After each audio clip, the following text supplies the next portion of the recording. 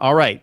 Your 7-10 matchup, first round, you've got Kansas and Texas Tech. Texas Tech is a 17-point favorite. And we're going off of the schedule for this year or next from last year? Well, we're going to say we're starting week 1 here in 2017. Okay. Texas Tech losing May Holmes really hurts. Kansas has really started building their team. Beatty's done a fantastic job. In the past, I've been a pretty big apologist for him, and I keep buying into his program. But at least on a neutral field, I really still feel strong about the Red Raiders. That offense isn't going to slow down anytime soon. I'm pretty sure they can fill in without May Holmes. We've got the 8-9 matchup, which we have one of the stronger 8 seeds, especially in a 10-team conference, but this is the way it played out last season. Baylor is a 16-point favorite against Iowa State. I got to go Baylor. I think I might sound like a homer there, but Matt Rule is really putting this team together. I really like what's going on with the offense. It looks like it's going to be a hybrid of Baylor and Temple. So you're going to have that slow, methodical movement, but you're still going to have that big playability.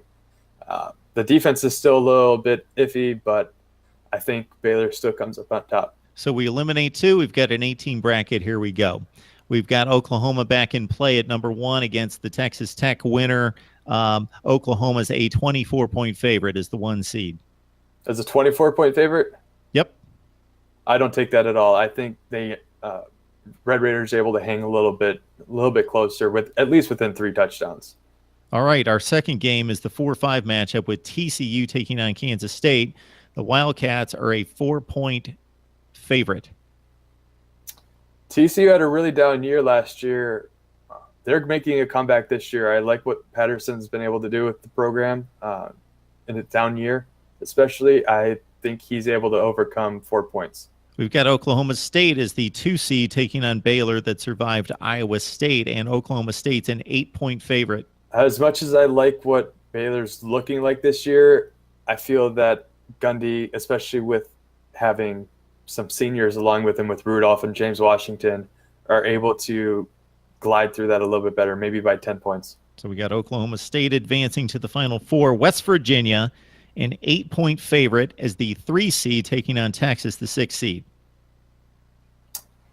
Yeah, as far as Herman coming to town, I think he boosts that up a little bit, but we all said that with Charlie Strong too. I'm going to stick with the Mountaineers. I like their offense looking with their new quarterback under center. Their transfer from Florida should be able to get it done. Greer. I like the Mountaineers. All right, we're down to the Big 12 semifinal, Vegas style, TCU, Texas Tech. The Horned Frogs, a 12-point favorite. 12 points. No, I'm going to go with the Red Raiders. I've been able to watch that game for the past few years, and that a few years ago, I remember that was a crazy ending where the Red Raiders almost came up on top. I mean, we're looking at offenses that have changed a lot since then, but I like what they're able to do and just nonstop score. So I think it's going to be a really high-scoring game within a field goal or so. Sean, you'd have to check me on the numbers, but I believe somebody caught a deflected pass in the back of the end zone. I can't remember Green, who that was. That was incredible. I still don't know how that happened. Like 55-52, something like that. Yeah, something like that. All right. Real good matchup here with Oklahoma State taking on West Virginia. The Cowboys really look good down the stretch, and obviously in the bowl game against Colorado is a 6-point favorite. I like this matchup, and it's one that I would toss up a lot.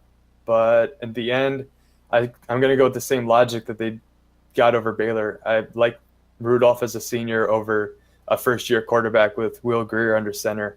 I especially like the defense I like both defenses a lot, but I think Gundy's got a little bit more under control and both also have a fantastic running game ahead of them, but I think the Cowboys pull it out. All right, so Oklahoma State survives as the 2 seed against Texas Tech in the Big 12 championship game, Vegas style.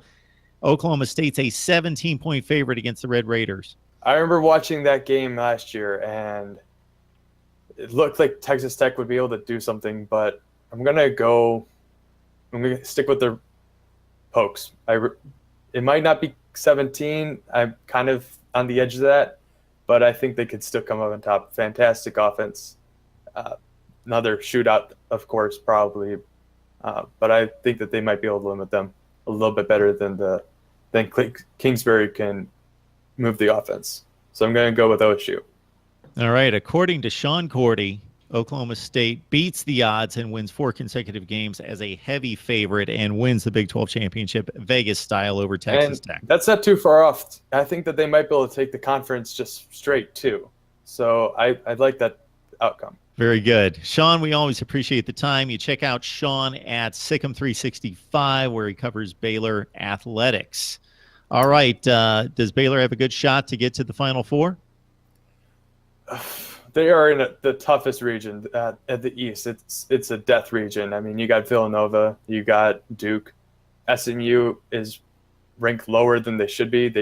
They're number 6 seed and could prevent Baylor from going to New York next weekend. So I don't want to say they have a good path to the Final Four, especially with losing in the Big 12 tourney. It's looking tough. We're still hoping that they get the second weekend after losing the first opening rounds last 2 years. So at least maybe one win over against New Mexico State. That's the goal. All right, Sean Cordy, Sikkim365, always a good sport when I razz him about Baylor's awful football schedule. Sean, we appreciate the time. You have a good night. All right, thanks, Mark.